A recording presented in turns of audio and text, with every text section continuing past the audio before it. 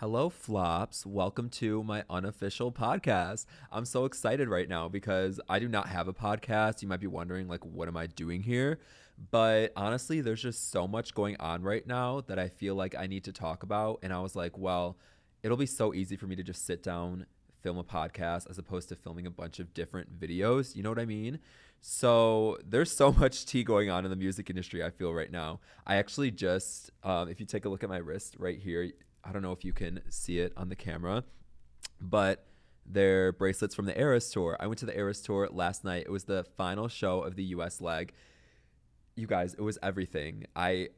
It was insane. I'm going to get into it. You best believe that I will be talking about my experience at the Eras tour because it was just iconic. But there's so much tea going on in the industry regarding Dua Lipa. We have Normani, Ariana Grande. So much tea is going on. And I was like, this sounds so fun to just sit down and talk to you guys. So I don't know if this is going to turn into a podcast. Let me know if you really like this video, and hopefully I can make it more of a regular thing. But I really felt like it would just be a cool, fun little vibe for today. And yeah, if you like it, let me know and I'll try to do this more often. So I want to start off by talking about this week's Billboard Hot 100 Top 10 because it's just kind of tea. Like, I'm looking at it and laughing a bit because it's just such a strange combination of songs. It is a big week for country music stans as well as the girls and the gays because the top two on the Billboard Hot 100 Top 10 are country songs. We have Last Night by Morgan Wallen at number one. We have Fast Car by Luke Combs at number two, both country songs. But then we also have pop bangers like Cruel Summer by Taylor Swift, which is at number four. And then songs from the Barbie soundtrack like Barbie World by Nicki Minaj and Ice Spice, which is at number eight. And Dance the Night by Dua Lipa, which is at number 10. So this top 10 is very interesting. There's some rap songs in here as well. We have Afro beats with Calm Down by Selena Gomez and Rema at number six. Such an interesting top 10. The fact that the top two are country songs really blows my mind because I feel like we haven't seen country music chart this high in a while.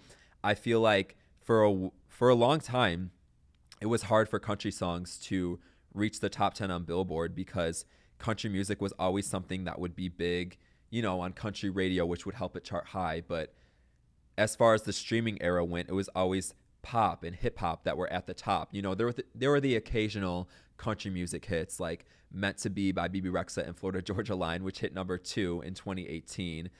And that's like the best country song ever. Shout out BB Rexa, I love you. But this top 10 is really interesting. And also Cruel Summer being at number four. Like, what? Never did I ever think that Cruel Summer would re-enter the Hot 100 in 2023. I can't even imagine what Taylor Swift is thinking right now about Cruel Summer because this song is a song that she already mentioned at one of her Eras Tour shows that the song was supposed to be a single in 2020, but the pandemic prevented that from happening. And looking back, it's actually, I feel like it's a good thing that she didn't make it a single because it's becoming so big now, and just the Lover era in general is having a huge resurgence right now. People are really in their Lover eras right now. I told you earlier that I went to the Eras tour last night, which I'll get into a little bit later, but the amount of pink you see at the Eras tour is insane. Like, people really are in their Lover eras right now, and it just makes sense that they want to stream Cruel Summer and ride for that song. But yeah, go off, Taylor. I also want to talk a little bit about Dance the Night by Dua Lipa because Dua Lipa got a lot of unnecessary hate when she first put out Dance the Night. I saw so many people on Twitter saying, why is she putting out another disco song? This sounds like a future nostalgia reject. What is she doing with her career? But I thought it was a bop. You know, it makes sense for the Barbie movie if you've seen the movie. And it makes sense to just have that sort of disco scene where they're having like the Barbie party at the house and everything. Like, it fits the scene so well. And I think Dua Lipa was the perfect voice for that song. If the music directors were going for a disco vibe for Dance the Night, obviously Dua Lipa would be the perfect pop girlie to serve vocals on it because she just had one of the most successful disco albums ever, Future Nostalgia. So, I mean, I understand the hesitation from her audience at first, maybe because they just went through a whole 3-year era where Dua was just giving disco bops, and obviously Dance the Night is a disco bop, but it makes sense for her to not do a different sound for this song, because why would she do that now when she can save that up for her next era? You know what I mean? And she actually recently did an interview with Dua did an interview with T Magazine and spilled some tea about her next era. And obviously Future Nostalgia, very disco, very just, I feel like fun, carefree energy. But she said that her next album will be leaning more towards 1970s era psychedelia, which is very interesting. I'm so curious to see how that sounds. I think that the way that she planned Future Nostalgia was really smart, because she could have just become a one-hit wonder with New Rules, but she really had to reinvent herself and give a whole era instead of just a couple radio bops. You know what I mean? So I think Future Nostalgia really was a big moment for not only Dua Lipa, but for pop music in general, because it just sort of showed that you can still have a big era with a lot of longevity in the streaming era of music. Dua said the album will be out in 2024, and I am just so excited because she really is the perfect pop girl, and you cannot tell me otherwise. Like, she's constantly serving vocals, choreography, and just fun songs that are easy to sing along to. You know what I mean? Like, I love deep, meaningful songs, but it's also so nice and refreshing when songs are just fun and carefree, and that's exactly what Dua Lipa gives with her music. And there's also rumors that she's working with Kevin Parker of Tame Impala for this next album, which is super interesting. Basically, in the interview, the interviewers were asking her about these rumors that have been circulating on the internet, and Dua goes, "I don't know what you're talking about." Ha ha ha ha ha. You know, so they're definitely working together. And it's just that'll be interesting, because I wouldn't have expected Dua and Kevin to be working in the studio together. Very different vibes, but I guess it also makes sense if she's wanting to change her sound for this next era. And I can just tell they're making great music together. I'm so excited. I could just go on and on about Dua Lipa. I'm so happy that Dance the Night is at number 10, because when it debuted at number 43 back in June, people were calling her a flop. They were saying she shouldn't have released this disco song, that her career was over. But now look at her. She has gotten another sleeper hit. That's the thing about Dua Lipa, is that I made a video about this recently, actually. I don't know if you guys have seen it, but you cannot call her a flop, because when her songs chart low, it doesn't matter. They always end up charting high months later. We saw this with New Rules, Don't Start Now, Levitating. All of her big hit singles have become sleeper hits, and she is such a legend. Love her. Love Dua Lipa. So the next music tea I want to talk about is relating to Normani, because she recently left her management, which she has been signed to ever since she left Fifth Harmony, and she has now signed with a new management. And here's all the tea you need to know. So Rolling Stone reported that Normani has left S10 management and has now signed with Brandon Creed, who is Charlie XCX's and Troye Sivan's manager, and he actually just recently started his own management company called Good World Management after 6 years of being at Full Stop Management. This management change was probably the best move that Normani could make right now. You know, she's been relatively quiet for the past 5 years, hasn't put out a lot of music, so we don't know if that was a management issue, but I feel like we can assume that if her career wasn't moving the way that she wanted it to move, then switching teams, having different people around her is probably a good idea. One thing I love about Normani and what makes her unique is that she really is a performer first. And you can tell she really prioritizes choreography in her music videos and live performances. And she works hard, you know, even though she doesn't put out a lot of music and probably upsets a lot of fans by doing that. You could tell that every release she does, she puts in so much effort into just learning the choreography, planning performances, planning the music videos. And so it really does feel like every time she does release as its like own little era, you know, like the Motivation era in 2019, that was big. That was a huge moment for her. I think if she would have released an album or a project right after that, it would have done super well. That was probably the time when she had the most hype ever.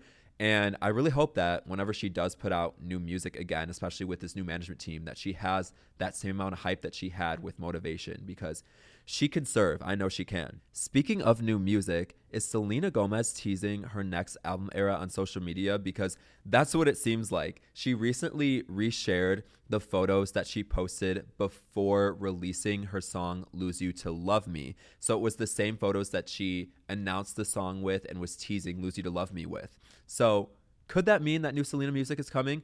I think so. And she's also just been very active on social media lately. Like, I feel like you can tell when Selena is about to do something to get the public shook. And I feel like in this case, with her just being more active on Instagram lately, she could be releasing very soon. Earlier this year, in an interview with Vanity Fair, she said, "I want to produce music that will make people smile. The music I'm doing right now is about real things that I'm walking through. It's really powerful, strong, very pop. The theme generally is freedom. Freedom from relationships, freedom from the darkness." Whoa! I'm so excited, you guys. I'm a Selenator, and I just think Selena is a great writer. She is a songwriter. Don't come through with any hate comments saying that she can't write, because Julia Michaels herself said that Selena is very much a songwriter. Don't come through with any hate. But I think that Selena is just good. Also, what I was saying earlier about Dua Lipa, how Dua makes feel-good pop music, I feel like Selena makes feel-good pop music as well. But Selena's music is also pretty deep. Like, she has some deep songs. She obviously has like feel-good songs that are more carefree energy, which I love. But she also has the deeper songs. And I think this next album has the potential to be pretty deep, because she's saying, even though she wants to make people smile, the idea of it being about freedom from the darkness, like her saying that makes me think it's going to be deep. You know what I mean? And I'm just so happy, because I miss Selena. She hasn't released an album, a full album, since Rare, which was that was over 3.5 years ago. You know, it's been a minute. She released Revelación in 2021, her Spanish EP, which I'm obsessed with. But it's been a minute since we've gotten a full-length project from Selena. And I feel like in between the time she released Revival and Rare, it was a long time. I think it was like 4.5 years.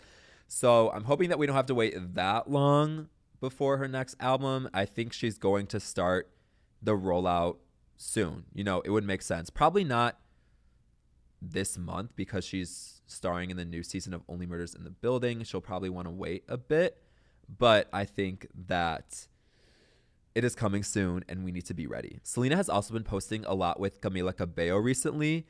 And if those two collab, you guys might need to check on me, because they're my faves. Like, last year for Spotify Wrapped, Camila was my most listened to artist, and Selena was my second most listened to artist. Like, I do not mess around when it comes to Camila Cabello and Selena Gomez. Like, I stan them hard.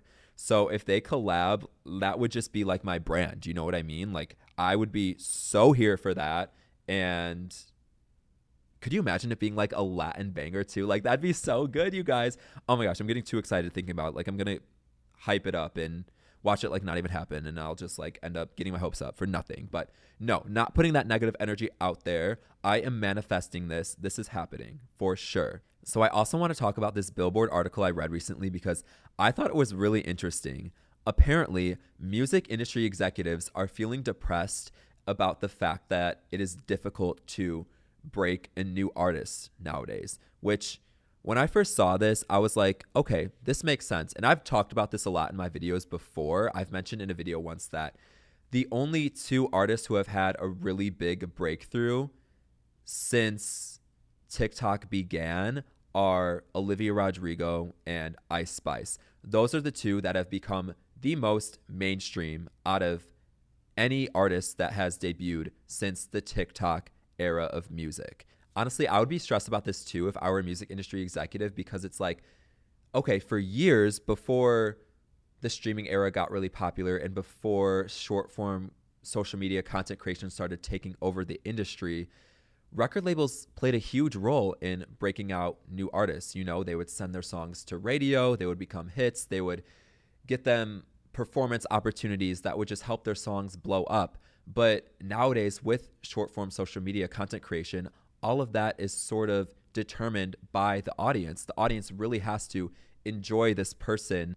And I feel like now more than ever, it's not only the music that's important, you know, the way artists brand themselves and show their personality online is so important for them to get an audience. I mean, that's basically the way Ice Spice blew up. People not only loved her music, but they loved the fact that she would show her personality in her songs and also show her personality on the internet. And that really made her a viral sensation. It seems like a very hard time to be an artist because even if an artist goes into the studio and records a song, ends up loving it, thinks that it could be their big breakthrough moment, they have to plan strategically a whole pre-release teasing campaign on social media and try their hardest to get the song to blow up, which sounds really difficult. That's really why we see so many artists, even artists who are already developed, tease their music heavily before they release it. You know, they really want it to go viral before it comes out. So by the time they do release it, people will be interested in streaming it and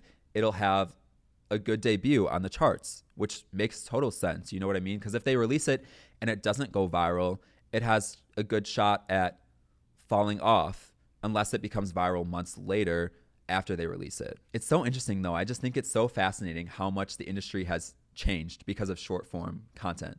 So that is all the tea I wanted to discuss with you guys today. This was so much fun. I really did enjoy just chilling here, sitting and spilling the music tea with you guys. And I really hope you enjoyed it too. This was fun. I low-key want to do this more often. So unless I get a bunch of comments telling me not to do this, I'll probably do it. But I really do appreciate all the feedback I get on my videos. So let me know in the comments if this is something you enjoy, some other topics that you would like for me to discuss in my videos or in this podcast format. That would be amazing.